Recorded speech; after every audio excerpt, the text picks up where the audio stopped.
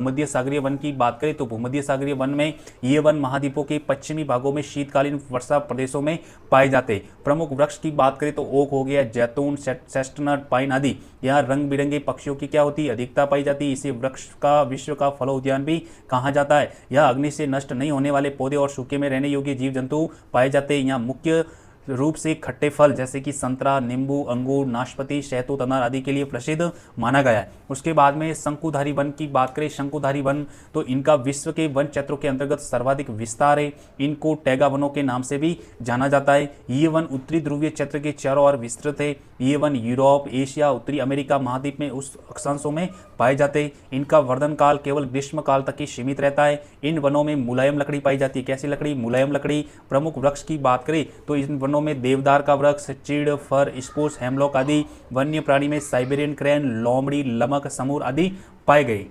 उसके बाद में पर्णपाती वन की बात करें तो पर्णपाती, ये मध्य अक्षांशीय पर्णपाती वन की बात करें, ये वन शीतल जलवायु तटीय प्रदेशों में मिलते हैं। शीत ऋतु में इनकी पत्तियां गिर जाती है। प्रमुख क्षेत्रों की बात करें उत्तरी पूर्वी अमेरिका और दक्षिणी चिली में पाए जाते हैं। प्रमुख वृक्ष में ओक हो गया, बीच, मैपल, वालनट, एस, चेस्टनट आदि। उसके बाद में उष्ण कटिबंधीय पर्णपाती वन या मानसूनी वन की बात करें, इन वनों में उष्ण कटिबंधीय सदाबहार वनों के पश्चात सर्वाधिक विविधता पाई जाती है। प्रमुख स्थल उत्तरी ऑस्ट्रेलिया, मध्य अमेरिका, ब्राजील, एशिया के मानसूनी प्रदेश। प्रमुख वृक्ष में साल, सागवान, शीशम, बांस। इन वनों की लकड़ियां फर्नीचर के लिए, यातायात, निर्माण सामग्री बनाने में काम आती है। वन्य प्राणी की बात करें तो शेर, बाघ, बंदर, गोल्डन लंगूर आदि। उसके बाद में सवाना बायोम की बात करें तो जो सवाना बायोम, ये एक पार्कलैंड भूमि है जहां घास भूमियों के क्षेत्र में कुछ वृक्ष भी पाए जाते हैं। पार्कलैंड जो कि दक्षिणी अफ्रीका में। सवाना क्षेत्र की प्रमुख घास जिसमें हाथी घास 5 मीटर लंबी होती है। सवाना घास के प्रमुख क्षेत्रों की बात करें तो भारत हो गया, ब्राजील, पूर्वी ऑस्ट्रेलिया आदि। वेनेजुएला में ये बायोम कहलाता है। लानोस, ठीक है। वन्य प्राणी में हाथी, चीता, शेर, जंगली भैंस, हिरण, दरियाई घोड़ा, जेब्रा, तेंदुआ, गीदड़ आदि पाए जाते हैं। उसके बाद में घास भूमि बायोम की बात करें तो इसे अर्ध शुष्क महाद्वीपीय घास भूमि की बात करें तो प्रमुख वनस्पतियों में बफेलो, लेंटाना, सूर्यमुखी, लौका घास आदि पाई जाती है। दक्षिण पश्चिम में रूस और यूक्रेन में स्टेपी, दक्षिणी अफ्रीका में वेल्ड और ब्राजील में कैंपोस घास भूमि पाई गई।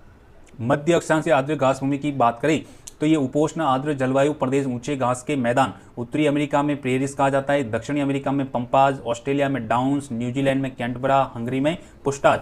मरुस्थलीय बायोम की बात करें तो महाद्वीपों के आंतरिक भाग में पाई जाती है जहां बहुत ही कम वर्षा होती है। यह वनस्पतियों का प्राय अभाव पाया जाता है। छोटी झाड़ियां मिलती है। प्रमुख वनस्पति में बबूल, खजूर, खेजड़ी, नागफनी आदि पाई गई। टुंड्रा बायोम की बात करें तो 60 डिग्री उत्तरी अक्षांश से ऊपर की यूरोपीय, एशियाई, उत्तरी अमेरिका के भागों में वनस्पतियां बहुत ही कम पाई जाती है। प्रमुख वनस्पतियों की बात करें तो जंगली झाड़ियां, लाइकेन, एल्गी आदि। वनस्पति का जो वर्धन काल है ग्रीष्म काल के केवल 3 महीने तक रहता है, ठीक है। टुंडा प्रदेश के प्रमुख पशु में रेंडियर हो गया, ध्रुवीय उल्लू, कस्तूरी बैल, बर्फीली लोमड़ी, चिल आदि पाई गई।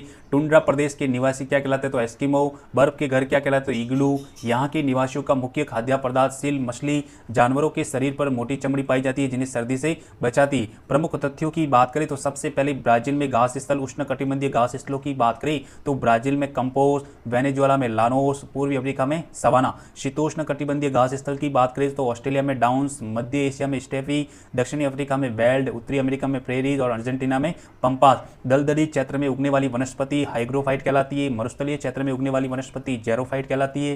टुंडा प्रदेशों में उगने वाली वनस्पति क्रायोफाइट्स कहलाती है। कठोर चट्टानों में उगने वाली वनस्पति लिथोफाइट कहलाती है। तो ये हमारा टॉपिक था प्राकृतिक वनस्पति के बारे में, ठीक है ना। दलदली, मरुस्थलीय, टुंडा और कठोरी चट्टानों में ये वाली वनस्पतियां पाई जाती है। Thank you.